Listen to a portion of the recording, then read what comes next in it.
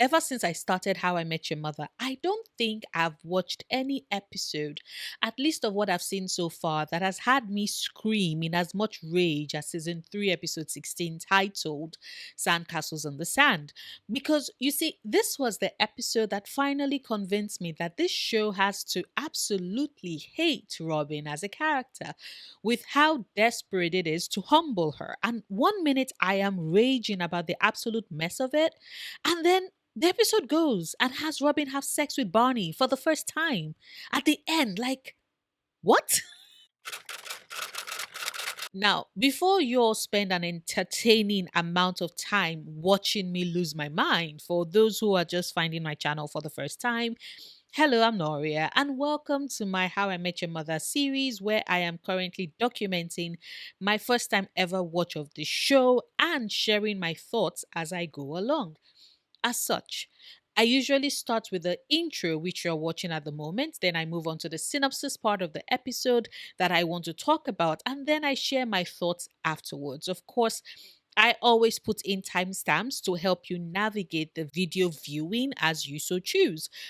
Please note though that I have so far managed to stay away from all spoilers of the show. I have no idea what is coming or how these characters are going to turn out eventually. What you're a part of is an experiment where you watch me take this show in for the first time.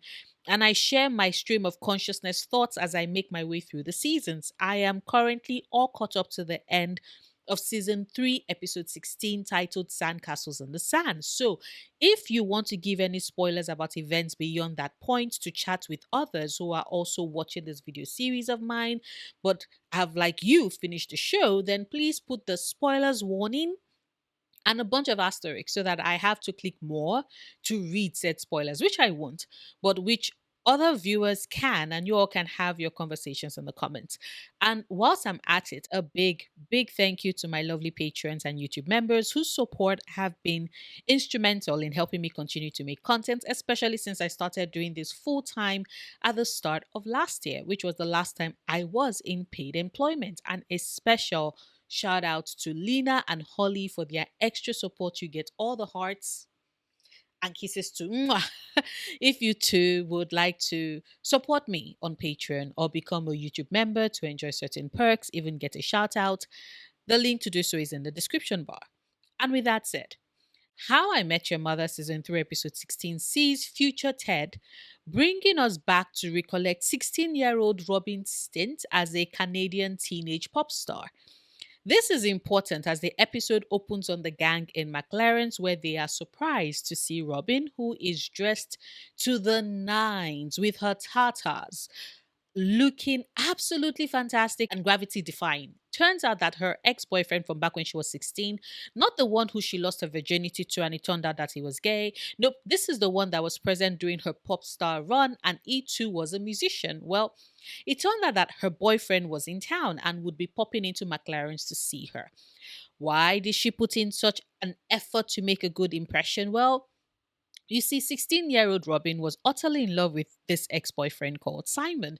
And the 1 week and a half that they dated was the happiest that her 16-year-old self had ever been. Unfortunately, all good things had to come to an end. And one night, after aspiring rock star Simon was done with his bands playing at a gig, a band that, wait for it, are called Foreskin, not because they like circumcision jokes, but because they like to perform shirtless and are four in the band. Yes, people, this should already give you a good idea of just how not so intelligent Simon is. Really reaching the bottom of the barrel here. Anyway, after the band's performance, whilst dutiful Robin, the girlfriend, was helping Simon's band load up their equipment in the back of the van, Simon, by the way, was doing absolutely nothing while all of this is happening. Well, he was just chilling whilst Robin was putting in all that effort. He then informs her that they should break up as he wants to get with Louis Marsh because her parents has just had a pool installed in their home. And as if the humiliation was not enough, when Robin was about to leave, Simon calls her back to tell her that, oh, she forgot to load the drums as well. A request that Robin actually fulfills and something that has her friends disappointed that she still did it. even after being dumped. But then they all cheer up when Robin informs them that she would be meeting Simon at McLaren's, and why she's there with her A game. The crew collectively agree that it's often a competition when exes meet up for the first time after their breakup, and based off of Robin's success at work, the fact that she has her own apartment instead of Simon, who is still living with his mother, the glow up that she's experienced in the past 10 years, and a hot body to boot, it is clear that she's the one that is going to win the reunion. And sure enough, when Simon shows up, is balding early and is most certainly not the teen heartthrob of the past that he was. Plus, even his band didn't take off like he had hoped, and he currently works at a water park. Lily, Barney, Ted, and Marshall are all delighted that it is clear that Robin won. Unfortunately, Robin is utterly taken in with Simon and thinks he's still the cool guy that she was with when she was younger, because Robin at this point had reverted back to her 16-year-old self, laughing at Simon's very clearly not hilarious, utterly corny jokes. Back at Ted, Marshall, and Lily's apartment, the gang calls out Robin's behavior with Simon, her laughing at his jokes, allowing Simon to call her old, her finding his inability to pay for a $4 beer as being endearing, and him putting down her job to prop his work at the water park, declaring that it's life saving work that is better than Robin's job as a journalist. Oh, and then there's this conviction that his band is on the verge of taking off, which is exactly the same claim he had made 10 years prior. Robin tries to defend her reaction, and when asked how she and Simon met, she admits that, oh, it was in a music video, which confuses Barney, who's watched Robin's Let's Go to the Mall video so many times and can't recall seeing Simon in it. That is when Robin hits him with the news that, oh, she made a second song and music video for it, and no amount of begging from Barney gets her to spill the title to him. And he is so desperate to learn the title of the video and find the truth. Meanwhile, Marshall and Ted bring up what Marshall calls revertigo, which is basically a situation where people find themselves reverting back to the person they once were once they run into someone from their past. To them, that seems to be what is happening with Robin. To properly explain what they mean and show Barney a first-hand account of the theory, Marshall mentions Lily's high school friend Michelle, which delights Lily, who makes the decision to call her friend so that they can hang together as soon as possible. And sure enough, when Michelle shows up, Lily reverts back to her teenage self, complete with slang in a way that delights Barney completely. However, it isn't just Lily who reverts back, as we later discover in the episode that Ted's practically the exact same way as when he is with his high school friend Punchy. Meanwhile, whilst all of this is happening, Robin mentions that she got another chance with Simon, who showed up to her apartment to ask her out on a date. The team are all delighted, considering that this is Robin's second chance to put Simon in his place. The problem, however, is that Robin doesn't do this and instead agrees to said date, to the disappointment of her friends who were hoping for better from her. The next night, Robin finds herself on her date with Simon, which ends up being just a one-man show with only Robin in attendance. To make matters worse, Simon then mentions that the band is still looking for their big break and passes along his band's tape, demanding that Robin play the song on air, even though Robin tries to remind him that she works for a news channel. She's a news anchor. Simon insists, however, and Robin accepts the tape. And sure enough, the next time she's on air, she really does find a way to work in Simon's music into playing behind a collage of pictures of dogs who are in need of adoption. As expected, the rest of the gang are quite disappointed in this turn of events, which what makes matters worse is that after yet another low turnout show that Simon is thrilled about and that has Robin loading all the equipment back into Simon's van, Simon chooses to once again at this point break up with Robin, mentioning that he's going to get back together with Louis Marsh, whose parents have now installed a jacuzzi in their home. A devastated Robin makes her way to McLaren's, where she breaks the news to her friends, where they offer her words of comfort, even as Lily tells Robin that Simon was an absolute dud in the most ridiculous, blasphemous. And this is the point where Michelle, Lily's friend, who is getting a PhD in behavioral psychology, finally puts a name to the reverting to your teenage self phenomena that Marshall kept trying to get the group to call revertigo, but which Michelle mentions that is actually just called associated regression. Eventually, the others leave, and Robin is left alone at the bar, which is when Barney shows up exhausted as he's tried to search for the tape of Robin's second song and hasn't been able to track it down at all. When he notices that she's crying, Barney goes over to hug and comfort her, even as he tries to psych her up. This ends up working as Robin invites him over to her apartment, where it initially sounds like is there for some sexy times with her, but nope. Turns out that Robin had made the choice to show Barney her second music video titled Sandcastles in the Sand. And even though it was never a hit of a song, Barney still enjoys it, and they replay the video over and over again until at some point they stop replaying the video and just end up making out instead. Yes. Yes. Robin and Barney have sex. And that is where the episode ends. Now, when I say that How I Met Your Mother as a show seems to have it out for humiliating Robin, I am making that statement from two perspectives. The first is as it pertains to her relationships, and the second is with regards to Robin's inability to realize that she deserves better. And this is because of Robin not being aware of her own shit and her own worth, that she keeps getting stuck in these relationships that do not serve her. And it makes me so pissed because ultimately, for the larger part of the show so far, at least for its first two seasons, Robin merely exists as a character to be put on ice until she gets around to having her moment, which is her relationship with Ted. Like she only existed for Ted within the narrative, which, side note, it has me wondering, since this show is being told from the perspective of Ted, then is it too much of a stretch for me to, I don't know, work with the thought that maybe it's not just the show,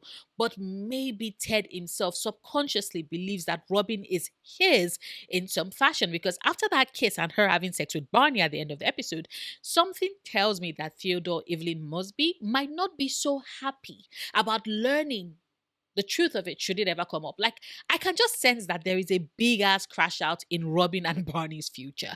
But I will come back to that in a bit. As I was saying, due to the fact that Robin as a character seems to exist to be Ted's dream girl, and the show is convinced that Ted is the absolute best. You know, he is funny, he's charming, he's successful at his job, and Josh Radnor is cute. So to the show, Ted is a catch. And because he's a catch, he's deserving of everything he wants or believes he wants. But if we are all watching this same show without any blinkers or filters on, then we can collectively agree that Robin is as much of a catch. Hell, I would say she's an even bigger catch than Ted because, unlike Ted, she isn't an emotional terrorist who cannot hear the word no. She's also successful. She's funny. She's drop dead gorgeous. She has a personality and is a total babe. So much so that Robin bagged herself a millionaire in the first season. Can we remember when that happened? Remember him? Derek, who we met in season 1, episode 11, when the gang wanted to spend New Year's Eve together. He was hot, very successful. I mean, dude is a millionaire, and we know he adores Robin. Like, sure, Ted was being jealous and snarky at the start of Robin's short relationship with Derek, where he was trying to badmouth him and informed Robin that Derek was doing all of that to impress her just so that he can have sex with her, which we all know was just Ted talking out of his ass because of his jealousy, which Robin didn't pay attention to, and instead she and Derek continued to see each other. And in the limo episode where we meet him, even though he was stuck at Connecticut for work, he left that meeting and raced over so he can spend New Year's Eve with Robin. I mean, we can all agree that he showed through his actions and everything that he really liked her. That man put in all of the effort to make things work with her, and yet they never did. Because according to Robin, they just didn't click. I am of the opinion, however, that they didn't click because the story wanted Ted to have his chance with his dream girl. And so Robin, who should have at this point either gotten with Derek or any of the other men she had dated prior to him or after him, did not. And I found it very interesting as well that at the end of season 1, which was at the point where Ted had his second big declaration and tried to get Robin to choose him, there was the old bit with Sandy Rivers, which the show had initially played off as Sandy just wanting to have sex, and Robin kept turning him down by pointing out that she doesn't date her co-workers. And yet, When he is offered a job with CNN and recommends that Robin take on his role, which automatically means that they aren't co workers anymore, and he wants to take the chance to properly date her now that he can, who pops in to derail all of that? But Ted, like, I know the show plays it off as being romantic, but it irks me that ultimately, whenever Robin had the chance prior to her dating Ted, whenever she had the chance at true happiness or a chance at happiness with someone else because the show needs Ted to have his chance, something always pops up and she never gets the opportunity to be fully invested in it or to explore it. I mean, I don't know about you, but I actually also thought that Sandy could have been a good pick for her.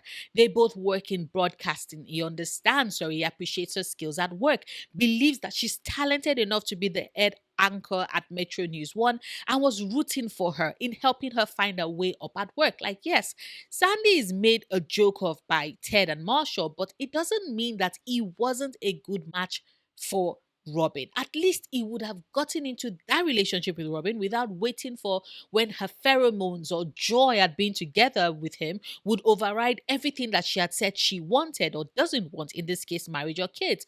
Compared to Ted, who wants that happy family so desperately and wasn't paying attention to what Robin actually wants in their relationship. Ends why it ended. Like, I don't want to sound like a broken record at this point, but like I mentioned in the brunch video, I had called out the incompatibility of Robin and Ted from that very first moment where they met his parents, and I was not the one dating her. Unfortunately, because god damn it, Robin Scherbatsky is hot as hell and should have gotten with me. Instead, I would have treated her like a queen. But seriously, though, before she got together with Ted, the show allowed Robin three relationship ish, none of which led anywhere. Because I am also fairly certain that Mike was written the way he was, i.e., too needy, which made him absolutely not compatible with Robin, which personally I do think affirms my theory that for the first two seasons, her role was to be in her relationship or about to be in a relationship with Ted, which then brings me to post Ted, or as I like to call it, the where or where is your self esteem Robin part of the video. Because if there is the bit of the humiliation ritual that has Robin not seriously involved with anyone, subconsciously waiting on the lines until the narrative gains it time for her to get with Ted, then there's also the bit where I repeat, Robin Scherbatsky doesn't know her own source or her own worth, and nothing quite captures it as much as season 3, episode 16. Or, as I like to call it, the revertigo isn't real, but what is about to be real is my boot up of Simon's fucking ass episode. I am sorry. I just God's the way I hate this episode. This devolving of who Robin is into this woman who is caught in the headspace of her 16-year-old self, stuck in her crush on the asshole she dated when she was 16, who shows up Arrested Development style. I mean, dude still lives with his mother, hopes that he can get his big musical break, puts Robin's job on the line so she must promote his work, and then ultimately breaks up with her post show in the same van he had broken up with her 10 years prior to be with the exact same woman. Like, now I know there are people that are about to drop the but Noria. It wasn't only Robin that was shown as regressing in that episode. Lily did the same when she met her friend, as did Ted. What makes Robin's situation so much worse? Well, first and quick side note, I swear the way this show just throws about bits of cultural appropriation all over the place is definitely very 2010s. I still haven't forgotten the white girl who studied the Native American rain method. And then this episode has Lily breaking out the blessing that I just. Eh. Anyway, as I was saying, yes, both Lily and Ted also regressed, and this state of mind was brought on by their friends. However, the regression for them both wasn't one that was drawn out. It wasn't tied to a romantic relationship from their past, and neither of their altered states found its way into their place of work. Robin legit took her ex boyfriend's crappy demo on set and played it live on the news just because his balding ass wanted to use her. And that was what he did. He used her or attempted to use her to facilitate his big break. The very minute this dude showed up and she was all dreamy eyes, I spent the entire episode pausing every couple of minutes to scream into my pillow because what? Like for real, count it with me. She downplays her work, dismissing it to prop up his artistry, saying that his fucking t-shirt is cooler than what she does for a living. Like, girl, what?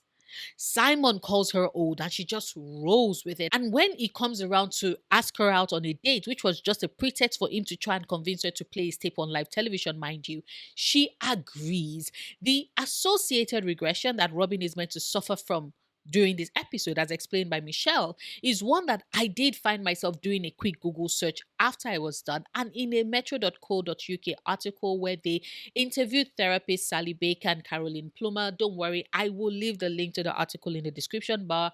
They explain that associated regression kicks in because as humans, we are fundamentally social creatures, driven by a desire to fit in. Hence, why when we meet old friends, we subconsciously recreate behavioral patterns so we can belong once again to that social group. However, they did mention that when we do run into people from our past that we do not like or do not want anything to do with anymore, the opposite occurs, in which case, as humans, we boost our status as a way to change perception and avoid any similarities with our younger selves in order to prop ourselves up higher.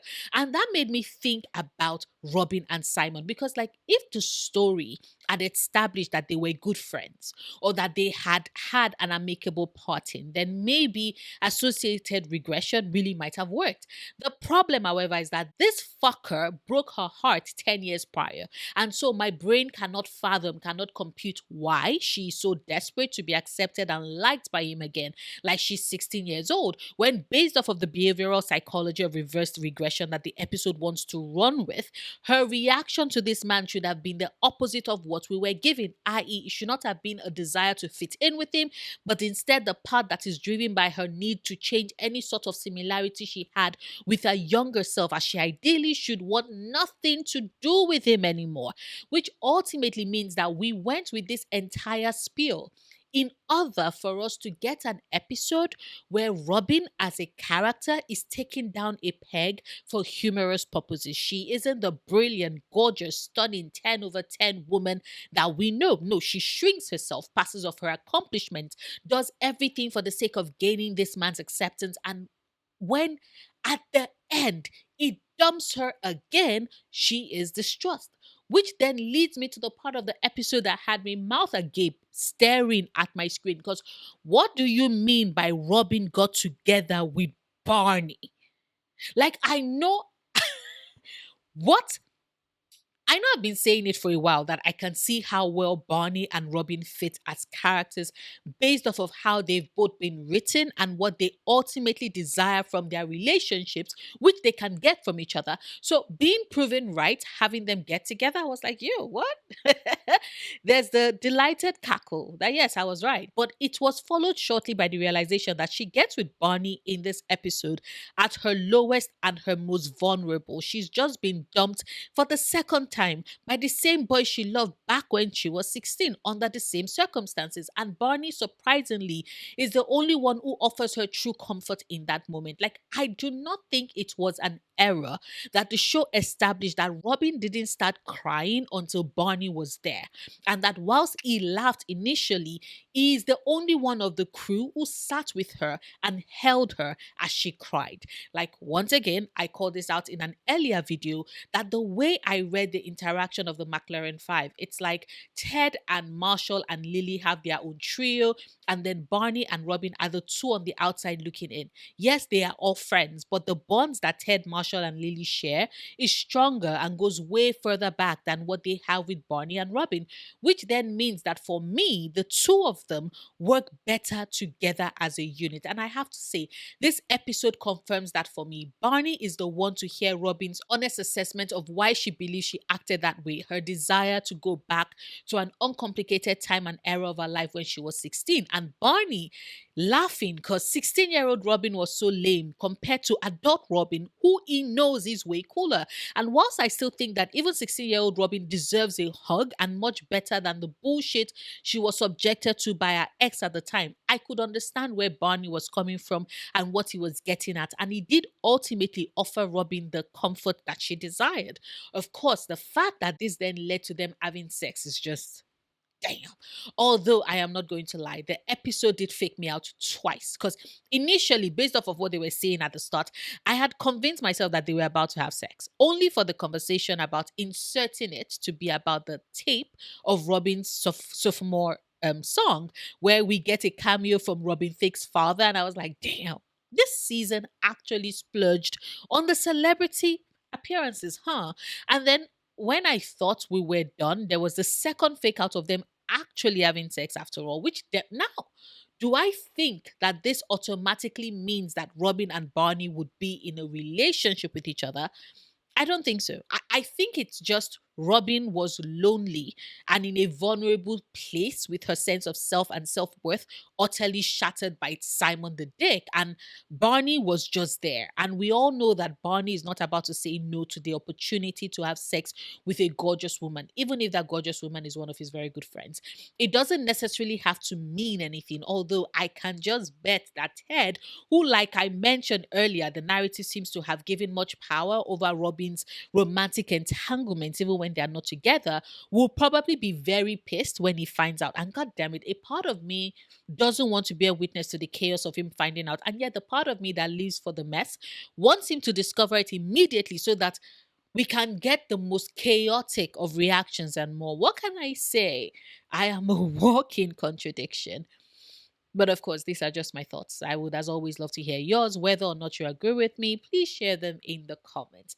Like this video, however, if you've watched this far and haven't done so yet, but enjoyed anything of what I had to say, share it so others can find my channel as well.